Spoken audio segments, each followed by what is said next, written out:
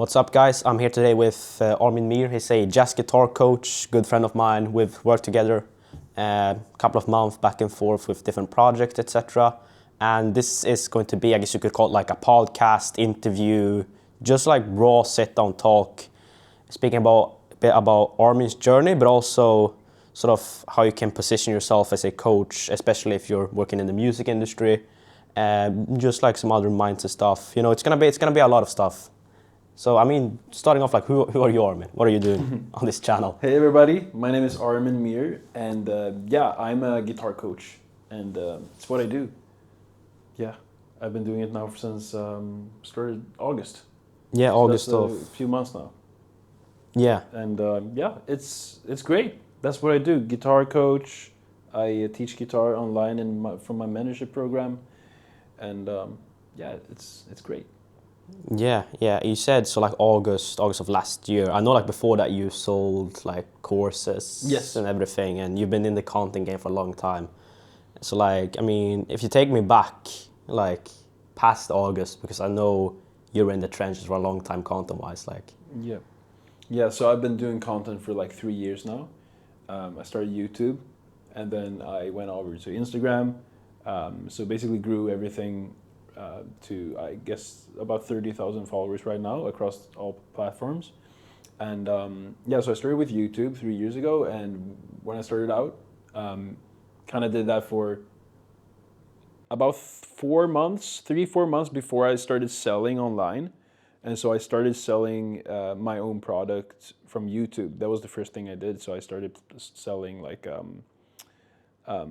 just a digital product, like a course, very simply, just like had a pre-sale, just did that, kind of just went on and, didn't get any help or anything. I just kind of found ClickFunnels, did that by myself, and, you know,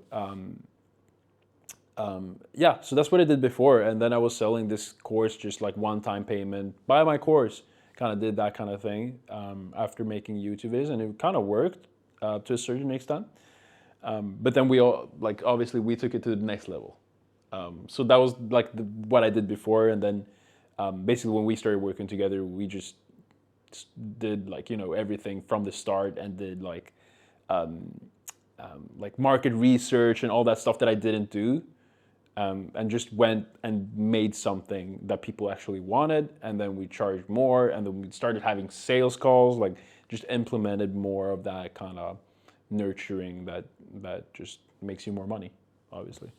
Yeah, I mean, yeah, a lot to, I guess, digest there. But one of the things I want to touch on is, like, as you said, charging more, because a major thing, which I think you also know, like, because you're selling to consumers who ask you these questions, but also like a lot of other people, not just guitar coaches, trumpet, piano, drums, whatever instrument you play, people charge just like one-off based of a lesson. If they're not selling a course, they charge like 50, $100 an hour. So, like, when you say charging more, like what does your ticket price look like right now selling jazz guitar coaching?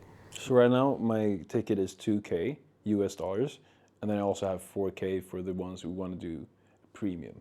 And this is for jazz guitar, by the way. So jazz guitar, people who want to get better at jazz guitar, but it's specifically towards a person that actually has money, which is the difference.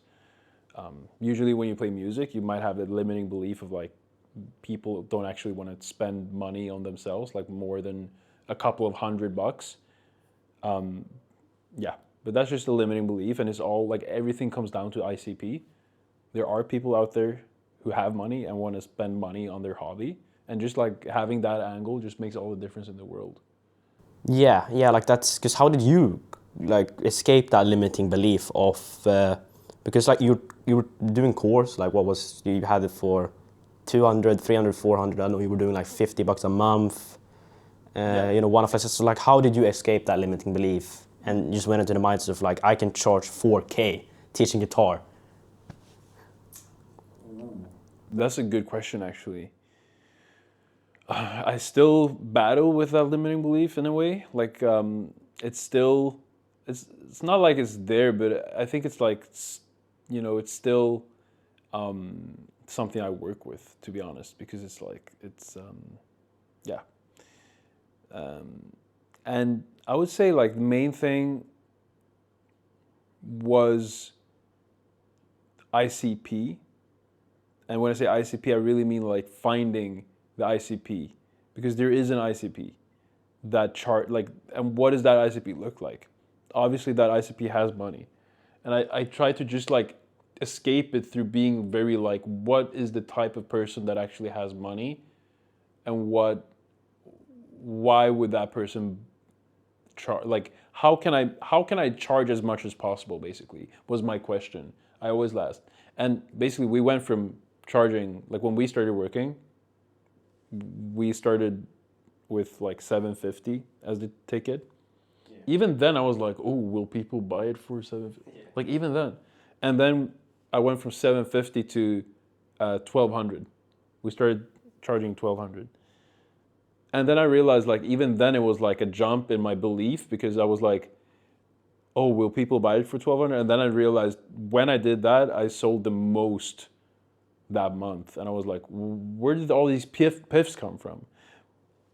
And I realized, okay, so actually like charging more makes everything so much easier, because for some reason it just makes the piffs easier. It makes it like, I don't know if it's just the perceived value. Like everything is just perceived value. It's like, that's what I realized.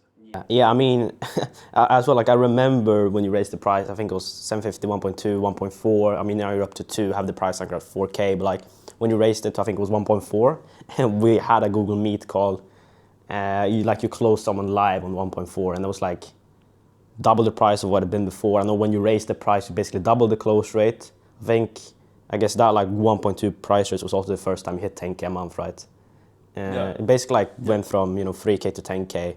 And I mean, you started even below this. Like then you said, obviously, you started like the full-on coaching back in August. Yeah. What were you sitting at then, like cash revenue? I think we did 3K August. Yeah. Something like that. That was the first month we started working together, which is still a jump from what I did before. And then September was, I don't have the numbers, but I think it was a little more, 5, 6. October was like 7,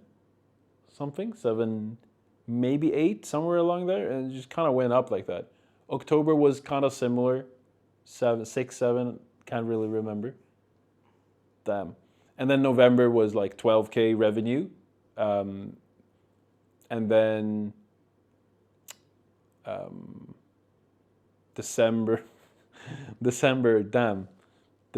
was 9K. Oh, I can't really remember, but it's 9K something, and yeah, that's basically. It's been around there, right? And like comparing that to, because obviously like August you say first month 3K, but like July I'm pretty sure it was like 1K, right around there. Like you were basically. Yeah, it was. Like some month it was 0, some month it was 1K. Like it's basically like nothing. Like there was no actual business. I just made money from playing gigs and working extra. Like I worked in a clothing store, literally. Yeah, and I think that's the reality of a lot of musicians, even with followers. Definitely. That do coaching, because also like you said, you have 30K across platforms. Like you have like 12, 15K YouTube, 12, 15K IG. Yeah. Like that's still relatively small. Yeah. For your niche. Yeah. Like there's guitar coaches with 500,000 followers probably making less money than you are. Yeah, no. Because if you're a musician watching this, the problem is, like, a lot of musicians, their problem is they don't know business. And going to Patreon and being like a Patreon guy is not going to work. Like, if you want to make real money, you can't do Patreon. I know people, like I know a guitarist who has like 500,000 on Instagram, more. He does Patreon. It's like, why? Why don't you just do this? It's like, if you hate money, then go do Patreon for like, but to be honest, like, you don't need a big following, because you just have to talk to the right people. And then from there, you just charge high and believe, or just not believe, just know that, it's all about you also believing in your product. Just talking about going away from the belief of charging low ticket and then going like, okay, you're gonna charge 2K now. It's like, if you want to charge 2K, you need to believe in your product. Like you have to actually make people's lives easier from your product, which is comes down to you also like sitting down and actually what can I do differently? Like one thing that I do is I do something different. Like I do something that no other guitarist in the space does because I'm niching down on a subject, and that's what my whole thing is about. So everybody that joins my program knows that okay, Armin is talking about this stuff, and what it does, it simplifies improvisation and so on. And just that, you finding that unique angle is like the main thing that that separates you. Yeah, and I mean, speaking about like, because obviously you have the angle, like marketing wise, awareness wise, but then in terms of like deliverables, like what does your stuff look like?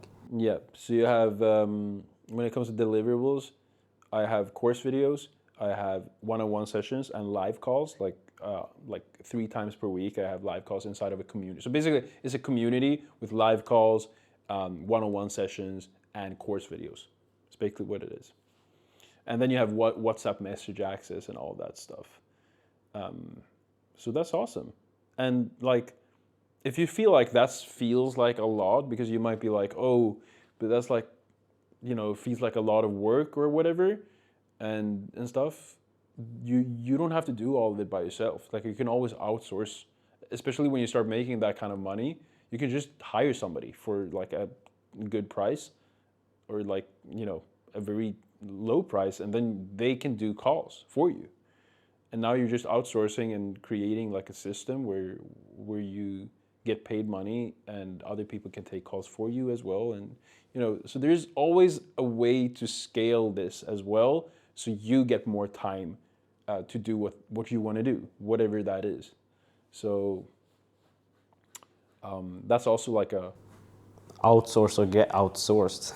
You know what I Yeah. mean? Yeah, like I mean, because I know all guitar, like being a coach is like, the problem is with like just scaling a coaching business can be like, okay, it's a nice thing, but then you have to just sit and coach people. And that's something that I like I'm like, yeah, I like to coach people, but if I want to scale, I don't want to make the coaching, like I don't want to scale into a point. Well, I want to scale as much as possible, but I don't want to sit on like 100 calls every month. Like that's not going to work. So what can we do then? Like you ask your questions, like how can we then make that a reality where I don't have to sit on 100 calls per day? Like how can I do this as effective as possible and do less calls and make more money? How can we make that happen? So it's all just like asking these questions, because the answers are there, because people are doing it. yeah, exactly. And I mean, do you have like any examples of some of those stuff, that you've done to outsource or no, kind of like we said, you're not selling your time, specifically like music related. You're not selling your time in terms of lessons or in terms of calls or. Definitely. So definitely hire somebody that can take calls for you. That's always going to be one thing. Take calls for you, like I guess just to do this understand, like group calls, one-on-one coaching calls, Like even somebody that sells for you, like I would also say, like you're always going to sell better than a closer, probably, if you do content and all that. But like, yeah, group calls, private one-on-one calls, like you can outsource so much. But you just have to find the marketing angle so that works. Because people want to see results in their playing, and they also don't want to be left alone. That's like the main thing when it comes to selling coaching. What I've experienced is like, people don't want to be left alone because they are buying something from the internet, and their initial, like a lot of reactions people have is like, will they be left alone when they join a program? It doesn't matter if it's like guitar. I would say it's even like if someone would be on a call with you or with anybody. Nobody wants to be left alone. That is always like the main, I would say, like fear of sitting in a call with someone, being left alone. So I have like 24-hour WhatsApp message access, which I then market as like, you will not be left alone, because you will have me along the way of your journey. And that's something that people really would really appreciate. So it's like, for me, it's very important to just make sure that even though I've outsourced stuff, I make sure that they know that they're still with me. Like, you still have me, and like, you have more than me. You have another person, that's also going to help you. So it's like, you just have to find the angles, because there is so much.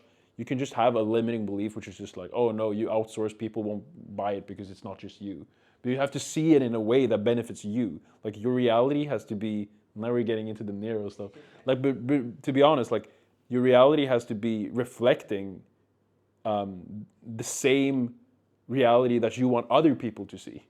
So if you want other people to see just the value of what it is you're offering, and that you outsourcing and having another coach or whatever it is to teach in your program, and you just seeing that as like the most beneficial thing for everybody that will join, and you not like, it just becomes a no-brainer that somebody wouldn't join. If you had the feeling that this is a no-brainer, like, if people don't join, then it's their loss. Then you're gonna make money. Yeah. Like, I'm convinced that that's gonna be the case. Yes, I mean, it's a lot of like a belief. I mean, we can go down that route. Obviously, I know you've gone like the rabbit hole of the. We like to joke about it as the Nero stuff. If you know, you know, you know. But like, yeah, how.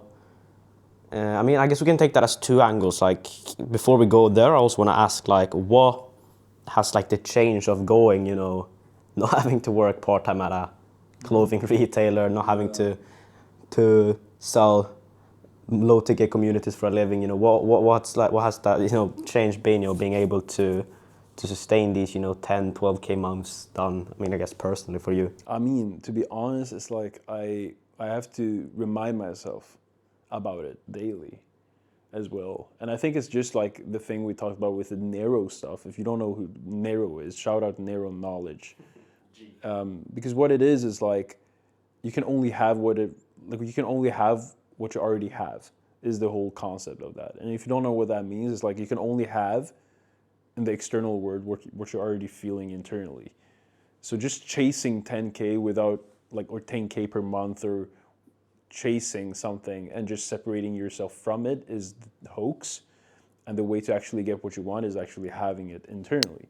And I think just being very mindful of that is something that I've started doing recently, and it just feels so good more and more. Like, because it's so easy to be like, oh, I just made this money, but it doesn't do anything for me. So let me try 50K per month, because that will do something, and then you get there and you're like, okay, let's because it's like, that's the thing. And I think just internally being where you want to be before you're actually there is exactly the main thing. Like, that's where you want to be if you want to just immerse yourself in the feeling of being grateful. Like, to be honest, I feel more grateful when I feel that, and I feel more, just appreciative. And yeah, I would say that's the main thing. And being very grateful and appreciative of what you already have puts you in resonance to get more of it. Remember that. That's true. Part-time guitar player, part-time philosopher. It's fucking true. Yeah, so obviously the mental side, and then, I mean, I really agree as well on it's like, if you don't see it, you can't have it. And it's like a very cliche concept. I'm not the one to explain, go deep. Like, Nero is a good example of someone who can do that. But yeah, what's like the plans moving forward now? Like, at the time of recording, it's February 26th. Just had your first webinar. Like, what's like the plan now going forward? I guess we can just start like this year. Like, what's the goal? Yeah. So we just did a first webinar, as you said, and I'm really grateful for the results, and we've realized some stuff that we can also do better. So we're gonna keep doing webinars. We're also gonna start doing more ads, because we realized ads work really well. And so we're gonna start doing some ad stuff. and just keep going for the goal, seeing where it takes us. Yeah. I mean, is there any like, do you have any like concrete goals, numbers? I mean, I know you're not really a numbers school guy. We just spoke about. Yeah, exactly. I've stopped being a numbers person, as in terms of like my goal is for this year to be this, because I don't believe in that way of thinking. It just brings me, it literally just brings me stress in a way that I don't like. It makes me more in my conscious mind, instead of just internally having what it is I have. So internally, I'm in like $100,000 per month. That's where I like internally feel, and that's the only thing that actually matters for me, to be honest, to be there. Yeah. And I think like even not like if I'm taking this perspective back to like, let's say you're a music education coach, like, I mean, you don't have to start at 100K internally, but I feel like that's just making the internal switch, just like what you need to do first before you're able to, because you can't, even if you just on paper, okay, I'm gonna switch my prices from $50 a lesson to 2K for a 3-month program, where I do less than 3-4 calls, and have some other group deliverables.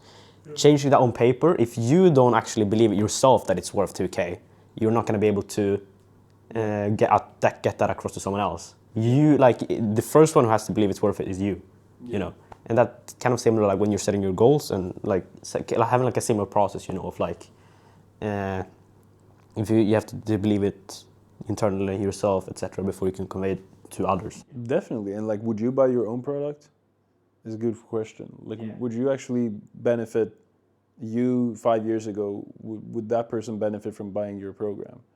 So it's like you have to really feel that. Like you have to feel that like it's worth the money. Especially like if you have the money, then why not? Like it's just like you have to convince yourself. You have to also like almost like write down all reasons why somebody should buy your product. If you don't feel like, oh, why should somebody buy from me? Make sure you're on like your beliefs is straight. And also like I also like to, like one angle is also to not have beliefs, but like belief is believing, but then knowing is better. That's conviction. And being convinced that something works is far more better than just believing something works, for example. So also like you want to get to the mental state where you're convinced, you're convinced that this works. Because that makes all the difference. Because if you're convinced and you live through that, you live through an internal state of where you want to be as well, like you're convinced that what it is you're doing is going to work, and it's also going to generate X amount of money per month, but you don't have a deadline on it. You just know the X amount of money you're going to make, and then be in resonance with that. I think that's because why I don't have goals as well, like this year, is like I don't see a reason for it. Because if I would have goals, I would be disappointed. Yeah. Like I could be disappointed. Like it brings for disappointment, and it also brings for stress. And like what happens if I don't reach that goal? Have you heard about like the happiness formula, happiness paradox, which is like the when I achieve X, I'll be happy, or if X thing happens, I'll be happy, which things similar to something I've also realized is just not the case. And then it's like a bit, I think it's like back and forth, like I still see like the point of setting goals, because having a mission to work towards, but more so not putting the goal on a pedestal, but actually like, and it's the most cliche shit you'll hear today, but like actually enjoying the journey. But obviously like in a way that makes sense. But then when you have a goal to work towards, at least what I've found, and I think you're quite similarly wired, is you find a lot more fulfillment in stuff like this. What we're doing here is working towards our goal, and just like working that forward, and then like I guess less on the mental internal side, like in terms of actual business, physical stuff. Yeah. What change had happened, you know, from August up until now in the business? What change has happened? Yeah, so like more like, because you said obviously like what technical steps did you go from selling 49 a month to 4K ticket? Yeah. Okay, so we implemented Instagram DM setting. So we started DM people on Instagram, book them in on sales calls. So it's all like, you know, outreach and sales calls. And if you're a musician, just know that nobody does outreach. So you're already like ahead if you start doing outreach as a musician. Yeah, and it's like warm up and, you know, reaching out to your followers, actually having conversations with them. Yeah, people don't do that. It's because a lot of musicians have a lot of limiting beliefs as well. So if you're a musician right now and you can stop having limiting beliefs, you're already ahead. It's very much simple as that. It's like you're ahead if you just realize that a lot of musicians sadly have a lot of limiting beliefs. And especially content creators, what I've seen is like it's like, yeah. So if you can start actually having conversations with people and just being like, I have this program, would you be interested? And if you do that to enough people, like every day, you are gonna book calls. Like you are gonna book calls and you're gonna also make money. So it's like that was the main thing. And then obviously we had like a presentation that I did on the call, and we kind of structured out that like a sales pitch and all that. Just pausing at this concept, because I think that's also like the concept of sales goes quite foreign to a lot of musicians. Yeah, like how sales is like a weird sales word as well. Sales has a very bad mark in the industry. Like I've worked aside from you, like guitar, my good friend Lewis Dowswell, a lot of like other people in the music space of like selling is very frowned upon. So like how, like what mindset did you have towards that when you went into like doing sales calls for the first time? Of like, because like the most important thing, kind of like we said, of like if you don't believe your shit's worth 2K, no, you can't. You're not gonna be able to convince another guy on a Zoom call either. Yeah, no, that's true. And I mean, and it's not to say that you should just, because one thing to also get confidence is to be scared. That's like the main thing, is like to do it scared. The problem is like sometimes you have to realize that like you have to go through 10, 20, 30 calls to feel like, oh, okay, this is how it feels. Okay, now I feel more comfortable with it. And to not be afraid of sales as well. Like that's why you internally feeling that you want it. Because if you want to make money, you have to learn to sell. And you have to realize that you thinking that selling is a bad thing is also a limiting belief. And that's like, if you don't get past that, then you're not going to make money. Yeah, I mean, sales is at the end of the day helping people. It's helping people. Because at the end of the day, if you believe in your product, like you should, if you don't, that's the main problem. It's not your sales skills. But if you believe in your product, sales is helping people. You're helping someone make a decision to enroll in whatever product, service that you have, which is at the end of the day, because you believe in your product, so you believe that product will help them. Yeah. And that's the mindset you have to have of like, I am actively helping this person make a decision that's going to benefit them. Yes. And if you don't feel like you can have that thought process, or if you don't feel like that's true, then I think it's an issue with your product and not an issue with the sales. Yeah? Yeah, definitely. So it's like, you have to be convinced about that as well, like the belief you have about sales. Because once you understand that sales is actually a good thing and one of the nicest thing we have, like in this like life or whatever, like it's actually like you change lives with sales, and once you realize that and you actually start getting into it, it's fun actually. Like and like. Especially if you have your own following, you don't even have to sell as much as you think, because you're already selling. Like when you do content, you're selling. Like you're selling.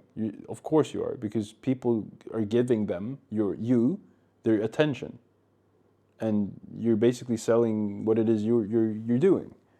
And the more you do that as well, it's like the sales calls don't even have to be selly. because you're probably like afraid of the fact that it's like selly and oh, sales is bad. But you're not a salesman that's gonna sell a car. Like it's not the same thing. You're already like they are there because they want to talk to you. So you're just being like very like, you know, happy for them and being like, oh, like why do you want to work with me? And just see why they want to work with you. And then you just ask them, okay, cool. So this is how much it is. Like it doesn't have to be more difficult than that. Yeah, yeah, and then like exactly. So like kind of like Armin said, obviously, DM is one funnel of booking people in on sales calls, like having an actual process. And when he says doing outbound to like your followers messages, it's not like just having a random conversation. Like I feel like you have a balance. Like you're not going a word for word script, you know, having robot conversation, but also like there is a set plan structure, obviously, that we use to have a framework for actually getting someone from a responded message to a booked call. They book on a call in between the phases they've actually booked and the sales call happens.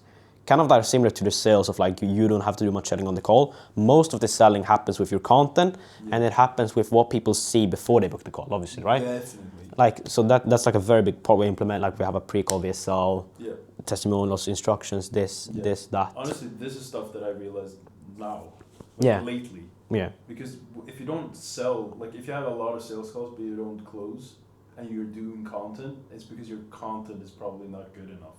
Yeah, and that's where stuff like content, but also like stuff like webinars comes in.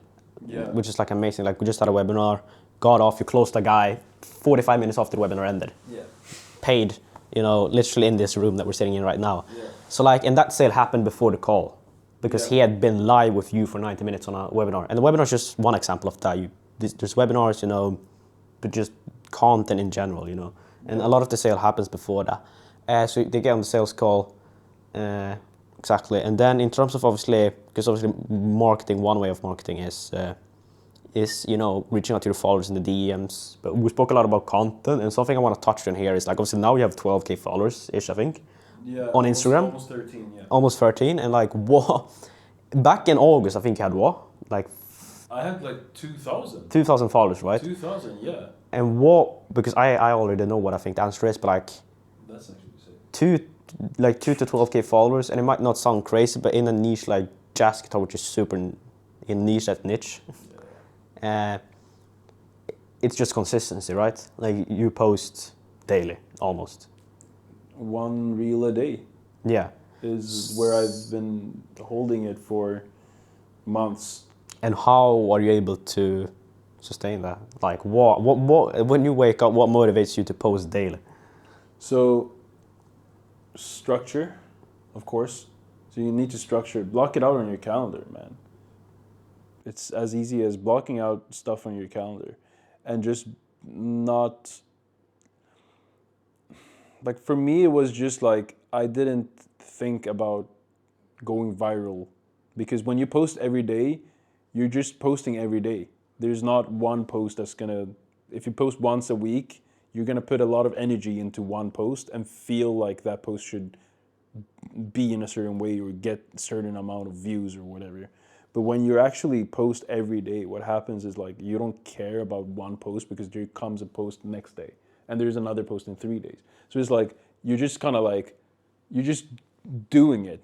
And the thing is like for me, I post, like if you want to post every day, have 1 day a week where you just film 7 reels and schedule 7 reels and then you're done. It's like, that's what I do. Yeah, and you don't have to make difficult reels. Like even like reels that I make, like some reels take 1 minute to make. Like it literally takes like 30 seconds to film and 30 seconds to schedule. It's almost like that. Maybe 2 minutes, say 2 minutes, and those reels perform like much better than the ones that where I use a camera and trying to make all this kind of stuff. So it's like when you post every day, it's not about just like, oh, getting so many like views. It's about you learning the art of posting content, seeing what people actually react to, and it's like you get all the information needed and you also get a lot of eyeballs and you also learn how to film good content. Like you just get better because you're posting every day. Obviously you're going to get better. It's like if you go to the gym every day, you are going to get better or you are going to get stronger. If you're doing anything for a long period of time every day, you are going to get better at it because you get better as you go along all the time. It's just the way it works. And you just basically surrendering to that process without thinking too much of getting to a certain follower. Because I never thought like, oh, I want to get to this follower. I just said to myself, let me post every day. I think I said, let me post every day for 6 months. Let me just do it. Because that will probably give everything I want. And it's like, has it been 6 months? August, September, October, November, December, Jan. Yeah, it's been like a little more than 6 months. Yeah, gained almost 11,000 followers for post. And it's like, it will happen if you post every day and you're in the music scene as music niche as well. It's bound to happen that you're gonna grow a lot as well. But it's just surrendering to the process. That's it. And being kind of like, I don't give a damn about how it goes. Let me just post every day. Yeah. And where do you get like the ideas from this content? Sometimes I don't even have ideas. I just press record and let the idea just come out. That's the thing. I don't put a lot of mental energy. I know people want to script out and do. That's recipe for like not being consistent, and it's fine. You can script out, but then I would kind of not be able to post every day. Yeah. So the reason I can post every day is because I don't put a lot of thought and expectations to it. Like I'm not like, how can I make this go viral? I'm like, how can I be as authentic as possible and just talk about something from my heart? It's like literally that. And I don't have a problem talking, obviously, but it's like that's the main thing. You just have to use your superpower. Maybe your superpower is to script. Maybe your superpower is to actually like post 2 times per week, but do really, really good posts. I know a lot of guitar players, like a guitar player who actually does that. He posts very rarely, but when he posts, he gets a lot of views because he puts a lot of effort into it. Maybe you're that kind of person. You have to see who you are in this. Yeah. Because that's like also important to remember, like posting every day, raw, authentic is one way of doing it. Doing more high quality is one way of doing it. So obviously we're not saying you have to post daily to succeed, but it's like that's one way of doing it, and I think that's like a mindset which just even if you don't apply to posting daily, like applying it to other stuff when it comes to like the online coaching, side of things. Yeah. And another thing is like because obviously like you've obviously gotten help throughout this journey of going from 1K to 12K a month, not just from me, from other coaches, people, etc. Like what made you, feel like that's a good investment of your money and time, etc. Actually seeking help, scaling, building, learning. Yeah. So it was very scary, which it is, and it should be. And it was scary for me because it's like, probably like if you haven't invested in yourself before, it will feel like a step that's gonna feel uncomfortable and scary because you're kind of leaving yourself in somebody's hands, and you have to just trust. And so it was scary, but it's looking back, it's like I'm extremely grateful for it, man. Yeah, I mean, just tying it back to all of the sales stuff we've been talking about, it's like, how are you gonna expect someone else to pay you for your high ticket coaching or whatever if you can't pay someone else? No, so If you can't charge 2K if you're not willing to spend 2K, I don't think that's like, and I'm not saying that is like black and white, but it's a perspective to have, and it also puts you almost in a perspective of like how your prospects feel when they drop X amounts. Now, that's the thing. Yeah. That's the thing. And usually, like, if you have limiting beliefs about people won't buy, it's probably because you feel that way about yourself. So it's like, would you actually feel? Like, if you want to charge more prices, then you have to be able to put yourself in a situation where you buy somebody that has high, like, just buy, like, invest in yourself, which that person that you're going to sell to is going to do as well. It's like congruency in a way. Yeah. And just putting yourself in, like, as that prospect that you're going to have, you're going to put that person in the best possible position to get to their goals. You have to do the same with you. You have to realize that you don't know you don't know how to grow by yourself. It's like you have to be real with yourself. It's like there are people out there who can help you who've done this, and you just being logical in that sense and not being going into your feelings, being like, oh, that's the problem. You just have to be like logical and be like, okay, I have to put some money, because if I put some money into this, somebody with a lot of experience in this space will be able to help me grow. And you just like putting your trust in that is going to be the exactly what you have to do to put yourself in the best possible position to actually make this work. But you can't get everything in life without actually, what's it called? You have to sacrifice. And that's like the main thing to show the universe as well that you actually want this. Because you can go around saying like, yeah, I want to start a coaching business, or I want to get to a certain amount of per month. But then you're not willing to actually sacrifice anything for it. And yes, you have to sacrifice money. Yes, you have to invest in yourself. It's like you have to do it if you want to get to this. Because you're not going to do it by yourself. That's at least my belief. And maybe I'm wrong, but if you're not, you've probably practiced a lot of music and you've gone really good at that skills. But there are people out there who've practiced like marketing and know exactly structure, like systems, like Eskil, systems, and knows all the like back end, and like there's so much stuff you don't even know that Eskil does that will just basically just synthesize everything that you know in the best possible way, so people can get it. Like it works together. Like it's kind of like hard to explain in a way, but it's like that's what it is. Synergy, maybe, I don't know if that's it's the right word, but and it's not just like if you've been like whatever coaching, music, whatever coaching, like doesn't really matter. Like it's you have a skill set, someone else, whether that's me or someone else, might have you have the skill set of knowledge of music, fitness, mental health, whatever it might be. Someone, you might have the skill set of that, someone else like me or whoever else in the space might have the skill set of marketing, sales, and it's just putting two and two. So I guess that leads my final question here. Like, would you recommend working with me to someone else? Well, what do you think? Yes, I would definitely. At least, like, for me, I'm really happy and so grateful for meeting you and for all the work that we've done and for all the work that we are going to do together. And yeah, it's just been a really, that's what I want to say. Like, there was so much I didn't know.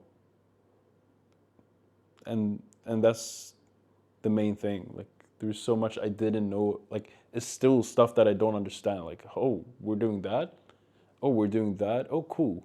So I'm learning more about marketing as well, and how stuff works and how to nurture, and holes that you actually know how to fill in, which I would never think of, because of course I haven't been in this space. I haven't invested in, like, if we go into investing, like, you've invested like 20K surely in coaching or something. Probably more at this point. Probably more, yeah. And that's also like important to know, that you're not just getting somebody who's been watching a few YouTube videos on how to do this stuff. This is somebody who's been investing like heart, time, money into getting good at this, so you can get the help that you want and make money. So it's like, that in itself is like you're not just investing in Eskil, you're investing in all the people that Eskil has invested in. I like that. As well. Yeah, it is true though. I like a fair perspective. Yeah.